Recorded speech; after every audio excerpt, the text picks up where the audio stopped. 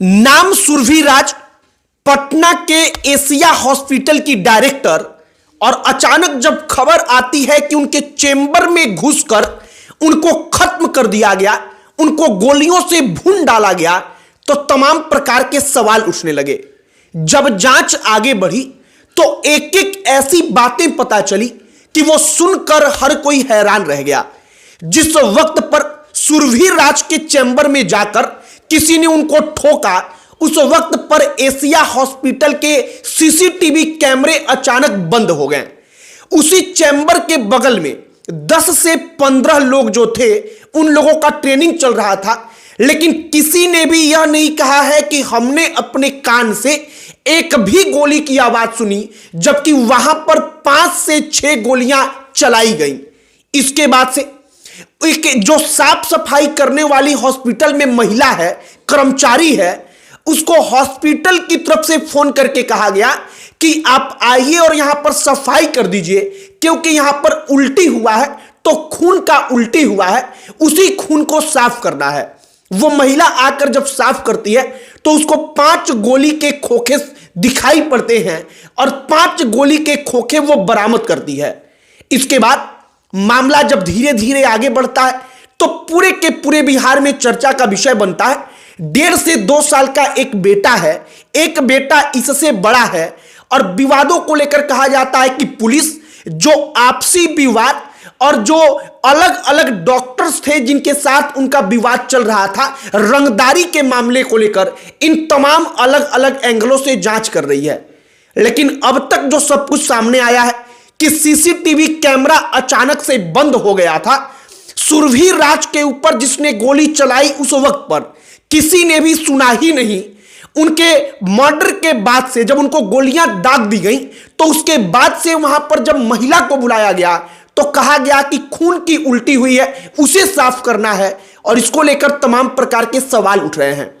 हमने सोचा कि सुरभि राज, एशिया हॉस्पिटल की डायरेक्टर की जब इतनी चर्चा है, तो जरा उनकी पूरी कहानी जो अब तक सामने आई है वो आपके समक्ष रखी जाए।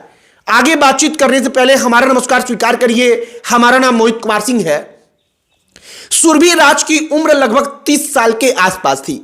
पटना के एशिया हॉस्पिटल के डायरेक्टर के पद पर वो कार्यरत थी, वो डायरेक्टर थी।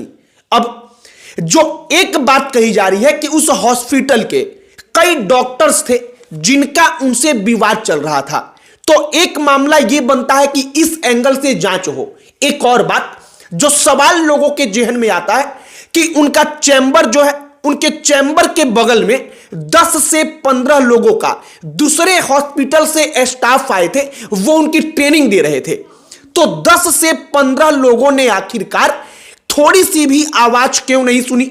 उनके चैम्बर में किसी प्रकार का कोई हलचल हुआ तो उनको पता कैसे नहीं चला?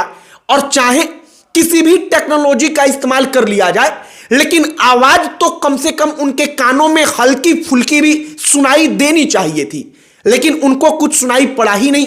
अब यहां पर दूसरा सवाल कि आखिरकार सीसीटीवी कैमरे हॉस्पिटल के बंद कैसे हो गए थे? आज तक ने अपनी रिपोर्ट में कहा है कि 3 बजे के आसपास सुरभि राज के साथ यह सब कुछ किया गया और उस वक्त पर हॉस्पिटल का कैमरा बंद हो गया था। यह अपने आप में एक बड़ा सवाल है कि आखिरकार कैमरा अगर कोई बाहर का आदमी है तो वो बंद नहीं करवा देगा, बल्कि कैमरा को बंद करवाने में कोई ना कोई उस हॉस्पिटल का, कोई ना कोई उनके आसपास का तो जरूर मिला होगा। अब तीसरा पॉइंट, जब वहां पर सुरभि राज के साथ कोई आता है, उनके चैम्बर में घुसकर 6 गोलियां बताई जा रही है कि उनको दाग देता है, तो इसके बाद उस महिला के पास कॉल किया जाता है। उस महिला को कॉल करके हॉस्पिटल का एक स्टाफ कहता है कि तुम आ जाओ, जरा मैडम का चेंबर साफ करना है, इनकी तबीयत खराब है, तो उनको खून की उल्टियां हुई हैं। वो महिला आती है तो साफ सफाई करने लगती है, खून के धब्बों को वो मिटाने लगती है। उसी दौरान वो वहां पर 5 गोली के खोखों को बरामद करती है, और इसके बाद ये मामला आगे बढ़ता है। अब यहां पर बड़ा सवाल कि आखिरकार हॉस्पिटल के लोग, हॉस्पिटल में काम करने वाले तमाम कर्मचारी ये क्यों चाहते थे कि उनका चैम्बर साफ हो जाए? वो क्यों चाहते थे कि पूरा का पूरा सबूत मिट जाए? इसके बाद एक और पॉइंट, जो आज तक ही अपनी रिपोर्ट में कहता है कि 1 घंटा तक जब वो जीवित थी सुरभि राज, तो उनका इलाज उनके ही हॉस्पिटल में किया गया, उनको वहां पर रोक कर रखा गया। लेकिन 1 घंटा के बाद वहां से 25 किलोमीटर दूर जो एम्स है, उस एम्स के लिए उनको भेज दिया गया। जब वो एम्स में गई तब तक उनकी हालत इतनी बिगड़ चुकी थी कि डॉक्टर्स उनको बचा नहीं पाए। अब यहां पर कई सारे सवाल अपने आप जेहन में आ जाते हैं, एक आम आदमी के जेहन में भी, कि उनको 1 घंटा तक उसी अस्पताल में रोक कर रखने के पीछे का मतलब क्या था, तात्पर्य क्या था। अब एक और बात यहां पर, जो सुरभि के पिता हैं वो कहते हैं कि दामाद ने हमको फोन किया, तो वो फोन करके कहते हैं कि सुरभि बेहोश हो गई है, सुरभि बेहोश है, उसकी तबीयत जरा खराब है। उसके पिता कहते हैं कि हम हड़बड़ा गए, हड़बड़ाहट में हम जाने लगे तो मेरा एक हाथ भी टूट गया, और इसके कुछ देर के बाद फिर हमको फोन आया तो बताया गया कि सुरभि के दिमाग से, सर से छर्रा निकल रहा है। दैनिक भास्कर अपनी रिपोर्ट में यह कहता है। मतलब कि दामाद ने इसके बाद फिर फोन करके पिता को बताया, लेकिन पहली बार में दामाद ने यह सच बात नहीं बताया था। अब यहां पर यह भी सवाल उठता है कि पिता से भी यह सब कुछ क्यों छुपाया गया। अब जो पिता है वो कहते हैं कि दामाद के साथ तो रिश्ता बढ़िया था, लेकिन अस्पताल के ही कुछ डॉक्टर्स थे जिनके साथ उनका विवाद चल रहा था।